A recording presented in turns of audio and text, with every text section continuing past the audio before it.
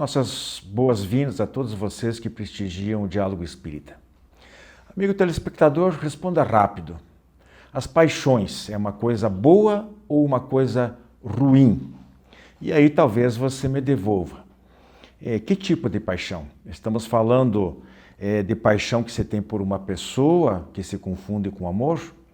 Ou quem sabe estamos falando de algum tipo de objeto, como automóveis, ou um jardim, ou por um lugar determinado, como a praia. Ou quem sabe por alguma atividade, como uma arte, quem sabe o cultivo de uma arte, como a música, pelo teatro, por uma profissão. Ou ainda a paixão por dinheiro, pelas coisas materiais, pelos vícios. Como você vê e se verá logo mais, a palavra paixões comporta amplos sentidos. E veremos que há boas e más paixões. E moralmente falando, o que nós podemos fazer, o que devemos fazer com elas e como dominá-las. Este é o nosso assunto do tema livre que vem a seguir.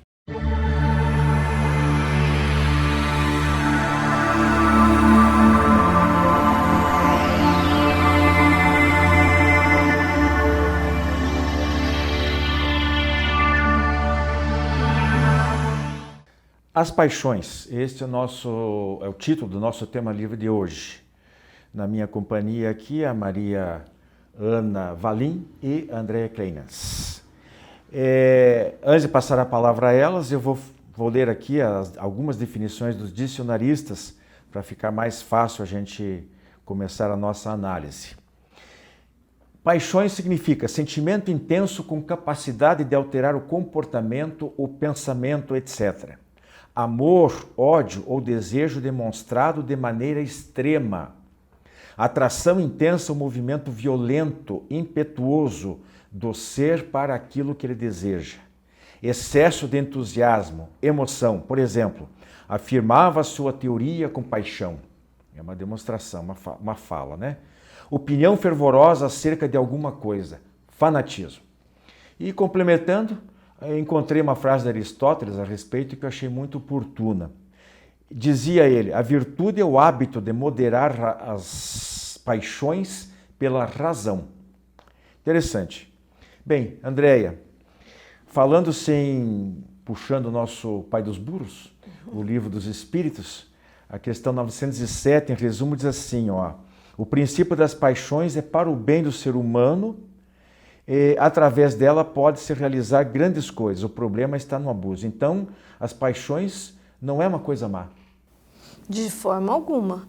As paixões, elas são como motores, né, que conduzem um homem às suas realizações.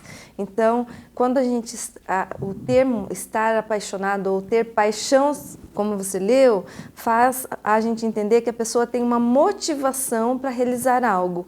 É necessário que a gente tenha essa motivação, senão a gente não estuda, senão a gente não trabalha, senão a gente não realiza projeto algum, né? Veja a paixão dos artistas por toda a espécie de arte. Por exemplo, os que tocam instrumentos musicais, os que desenham, pintam, os que interpretam. Eles sempre relatam essa paixão, que seria essa motivação, né? Isso que faz a gente produzir, isso que faz a gente ir para o bem. Nesse sentido, ela é para o bem. Positiva, né? É a paixão pelo trabalho, né? Também. Pela ciência, pela religiosidade, né? As pessoas que se dedicam exclusivamente a esse fim. Bom, na questão seguinte, Mariana, 908, em resumo, diz o seguinte, o uso sábio está no equilíbrio. As paixões são como um cavalo, útil quando domado e perigoso quando toma o controle da marcha. E ainda acrescenta, qualquer prejuízo que causem essas paixões para si ou para terceiros, significa que essas paixões são más. E aí? É verdade, né? Tudo que perdemos o controle, né, sai da nossa vigilância, que nós perdemos como conduzir, ela torna-se negativa, ela torna-se má, ruim. Porque ela, além dela nos prejudicar, ela também vai prejudicar o outro, ela também vai causar ao outro sofrimento. Então, primeiro nós é que seremos prejudicados e depois o outro. Então, a paixão, as paixões, né, elas não sendo bem conduzidas, elas tornam-se más para nós, né? Elas trazem para nós prejuízos e consequências dolorosas.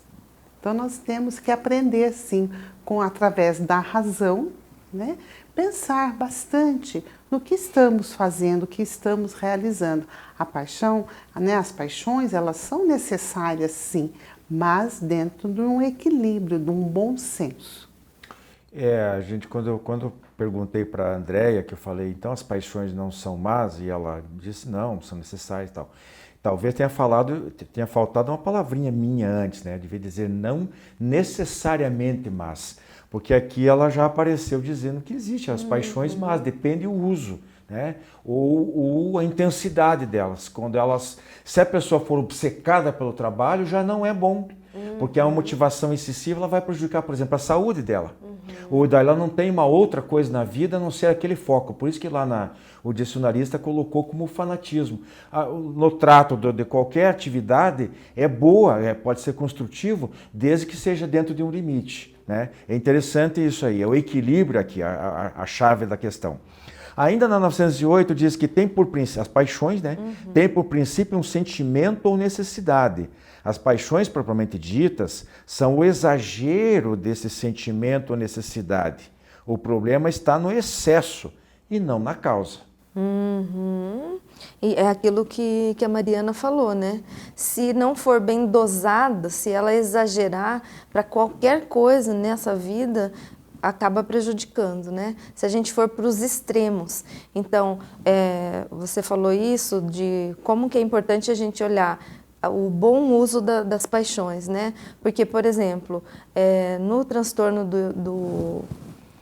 do humor, que é bipolaridade, que a gente chama de transtorno do humor bipolar, o indivíduo fica num polo extremo de euforia e é aquele indivíduo que gasta demais, que exagera, que não consegue dormir porque a mente está tão ligada no 220 que a pessoa não descansa e ela não percebe que ela está caindo nessas armadilhas. Então ela traz problemas para ela, para os outros, para os familiares. Quem convive com pessoas que têm transtorno bipolar sabem bem o que é isso.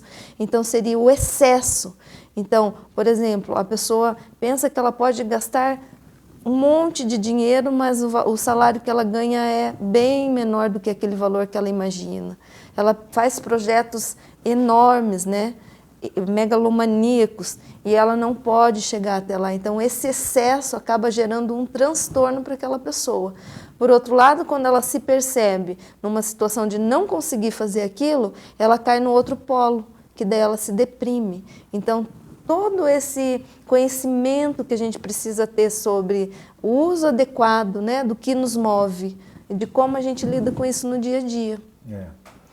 Para ficar assim, né, um parênteses, que quando eu falo em paixão, o sentido mais comum que a gente encontra é de uma pessoa por outra, né? Então, mesmo nesse sentido, vejam o que pode causar a paixão quando chega passa do normal. É o que a gente vê tantas hoje em dia, parece que cada vez pior, né? A incidência dos crimes passionais, por exemplo. Porque ela acaba gerando, está atrelada ao ciúme, né?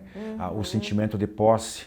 Então veja quanto prejuízo pode trazer a inúmeras vidas. Famílias são literalmente destroçadas, às vezes porque um indivíduo tem esse amor, que seria amor, ele confunde esse amor com toda essa parte negativa do ciúme, do sentimento de posse, e isso é paixão, é uma paixão excessiva. Quando jovem, a gente sabe que isso até certo ponto é natural, é a força dos hormônios, aquela coisa toda, tem um sentido útil, por isso que realmente ela é útil até certo ponto, né? Mas a partir de então ela pode causar prejuízos. Na 908 ainda, Mariana, toda paixão que aproxima o ser humano do nível do animal, portanto seres irracionais, afasta-o da natureza espiritual. Então, se nós quisermos melhorar um pouquinho e deixarmos de ser menos animais e um pouquinho mais perto de anjo, vamos colocar assim, nós temos que controlar as paixões, né? Com certeza, né? Nós temos que tentar cada dia melhorarmos, né? Essas nossas más tendências, né? Ela existe.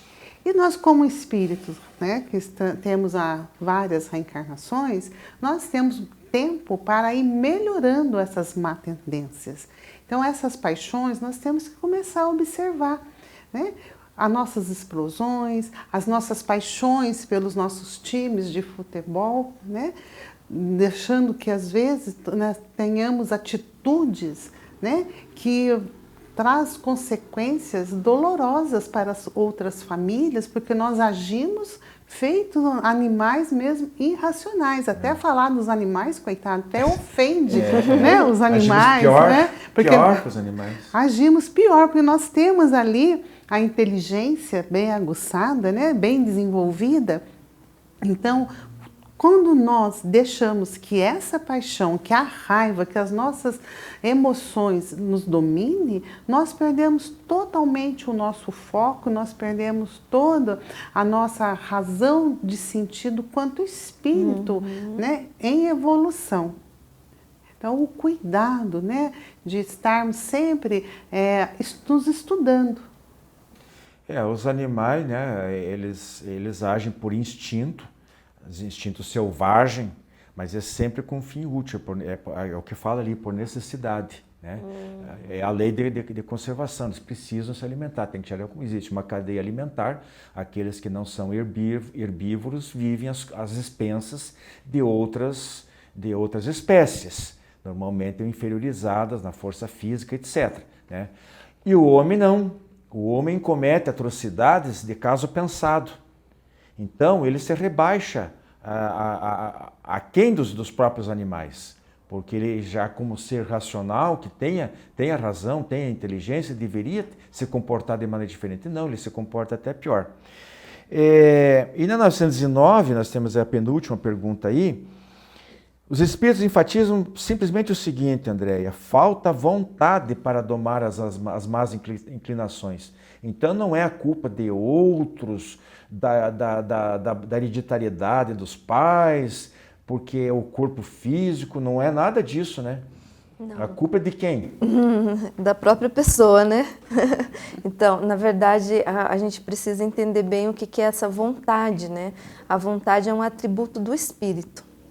Então, quanto mais evoluído for esse espírito, quanto mais avançado moralmente, mais domado, assim, se a gente pode usar essa palavra entre aspas, né? Mais, como ele faz a analogia aqui com o cavalo, né? Mais domada é a nossa vontade, mais voltada para o bem, mais voltada para o outro, para a fraternidade, para o amor, para as coisas que são do bem, para as coisas que são do amor, né? Para a caridade. Então, a vontade, ela também é desenvolvida ao longo das diversas reencarnações. E por isso a gente tem que ter essa consciência, porque senão acontece como você falou, a pessoa atribui a terceiros aquela deficiência moral que ela apresenta, né? Só que enquanto ela estiver colocando a culpa no externo, no outro, na família, no governo, nas coisas todas que vêm de fora, ela está deixando de olhar para si e ela está deixando de aprimorar o que precisa aprimorar, que é olhar para si, onde eu preciso melhorar. E Kardec já traz, né, no livro, no Evangelho segundo o Espiritismo, que o verdadeiro espírita é aquele que busca melhorar-se. Então, aquele que olha para dentro. Combater as suas más tendências. Isso é fundamental. Reconhecer as más tendências e aprender a controlá-las. A gente fala, é um ditado popular, de que errar é humano e repetir o erro é burrice. Com todo respeito aos nossos irmãos inferiores, os asnos, mas é bem verdade. Porque se nós temos, reforçando isso aí, nós temos que pensar que isso vai fazer mal para nós, que está retardando o nosso progresso espiritual e que nós vamos ter que repetir essa lição. O indivíduo, seja homem, seja mulher, que insistem em se acomodar a todos aqueles atavismos trazidos de outras reencarnações, como ela disse, milenares, aqueles problemas e que não se resolvem, se nós não nos conscientizarmos de que em algum momento nós temos que combater e mudar, que temos que renunciar a esses prazeres mundanos, muitas vezes, né, que nos satisfazem a nossa inferioridade, se nós não mudarmos, nós vamos ficar nesse círculo reencarnatório muito mais prolongado. E pior, vivendo mal. Aí as pessoas querem ser felizes, mas elas não sabem construir a felicidade. Né? Elas, pelo contrário, elas destroem, elas odeiam, elas prejudicam, elas não são solidárias e elas querem que a vida dê o que de volta para elas. Não tem como. É a lei de ação e reação. Para fechar, nós temos questão 911. Não há paixões irreversíveis. Nós podemos, sim, né, trabalhar essas paixões. Perdão, irreversível não, irresistíveis. Irresistível. Ela pode ser irresistível se eu a deixo me dominar. Porque o espírito, né, ele tem condições, né, de querer, de rejeitar ou de aceitar. Ela vai ser irresistível quando eu tiro proveito. Eu falo, então eu sou desse jeito mesmo, né? Eu vou ter vantagens, eu vou ter ganhos. Então ela é irresistível, mas não. A vontade do espírito é maior. Sabemos sim que nós ainda estamos no mundo de provas e de expiações e as nossas más tendências, elas são mais potencializadas. Mas nós temos condições sim de eliminar, de não nos deixar arrastar por essas paixões. Vamos dar para fechar aqui um exemplo bem simplesinho, né? Paixão pelos doces, né? A pessoa tem problema de saúde, às vezes já de diabetes e tal, e ela sabe que faz mal para ela, e ela diz, eu não consigo resistir. Mas se ela não consegue, quem que vai fazer ela resistir? Só se lacrar a boca. Então ela tem que entender que isso está matando ela. E ao fazer isso, encurta a sua vida física e ela vai ter que responder por isso. Nós temos que abrir mão de alguma coisa se nós queremos conquistar uma coisa superior. É o preço a ser pago. Então tudo esses grossos materiais nós temos que abrir mão aos poucos, paulatinamente, mas é o preço que nós temos que pagar para termos a felicidade espiritual e nas próximas reencarnações. Grande abraço a todos. Comunicação Espírita, órgão de difusão da Associação de Divulgadores do Espiritismo do Estado do Paraná. Nesta edição, uma abordagem sobre o passado, o presente e o futuro do espírito imortal. Um guarda-chuva para o coronavírus. Dia das Crianças, Vida de Almas. Evolução, de onde viemos e para onde iremos. Jornal Comunicação Espírita. Assine e recomende.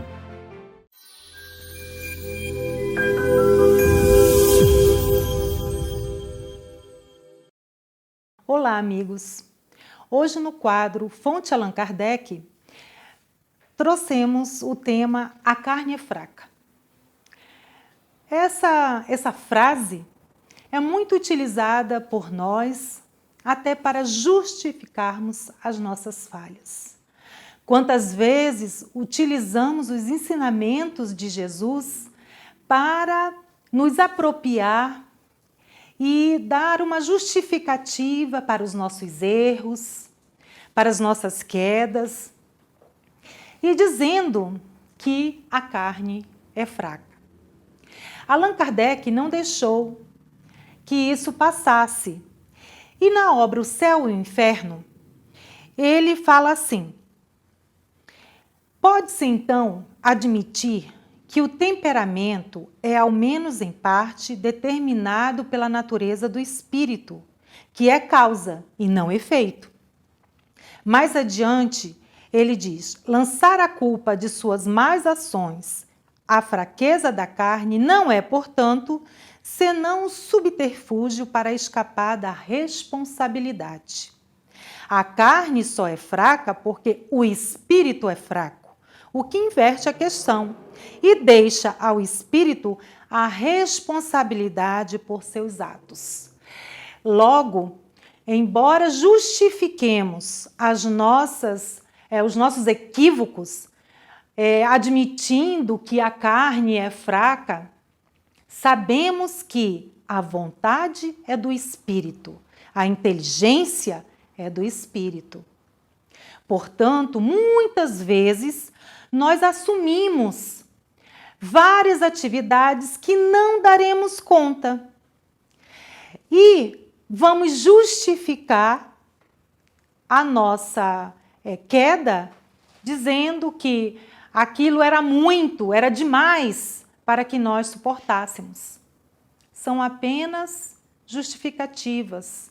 É uma busca de explicar as nossas falhas, os nossos erros, os nossos equívocos, porque na verdade depende de cada um de nós, da nossa vontade, e aí o cuidado com aquilo que assumimos. É de inteira responsabilidade do Espírito as suas ações, e não da carne. A carne, como aqui diz no texto, só é fraca porque o Espírito assim o é. Que nós, ao assumirmos os nossos compromissos, tenhamos em vista o nosso planejamento, o nosso dia a dia, se conseguiremos dar conta daquilo que nós estamos assumindo. E quando falharmos, assumirmos que foi uma falha nossa. Por algum motivo, não paramos para analisar a situação que estávamos vivenciando, muitas vezes até recuar. Não, eu preciso nesse momento parar, porque eu não vou dar conta disso. Deixa eu parar, pensar em outra forma de trabalhar essa questão. Agindo assim, nós estaremos construindo e auxiliando através das boas ações, pensar, refletir para poder agir e não justificar com os ensinamentos de Cristo as nossas dificuldades, as nossas mazelas, os nossos erros. Que sejamos persistentes, mas vamos assumir a nossa responsabilidade. Se hoje eu errei, assumo que errei, não porque a carne foi fraca, mas porque não tive condições ou me equivoquei naquela ação. Sejamos persistentes, fortes e que Jesus possa assim iluminar a nossa caminhada. Fiquemos em paz. Uma boa semana a todos. Falo rapidamente sobre 4 livros, todos de nossa autoria e para cuja leitura eu convido todos vocês. Pois além de poderem usufruir de um excelente conteúdo, estarão alimentando com recursos econômicos a instituição que leva este programa até a casa de vocês. Temos aqui a Eficiência na Comunicação Espírita, editora DPL 2001, o Espiritismo em Visão Panorâmica, editora O Clarim 2006, e os últimos 2 livros da editora M, Destino, Determinismo ou Livre-Arbítrio, de 2011, e de 2017, Admirável Mundo em que Vivemos.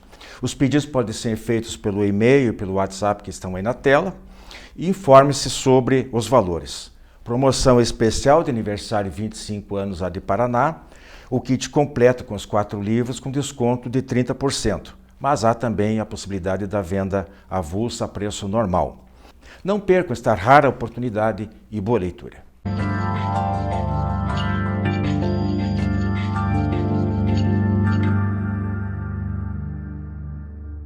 Jesus Cristo seria o Salvador da humanidade?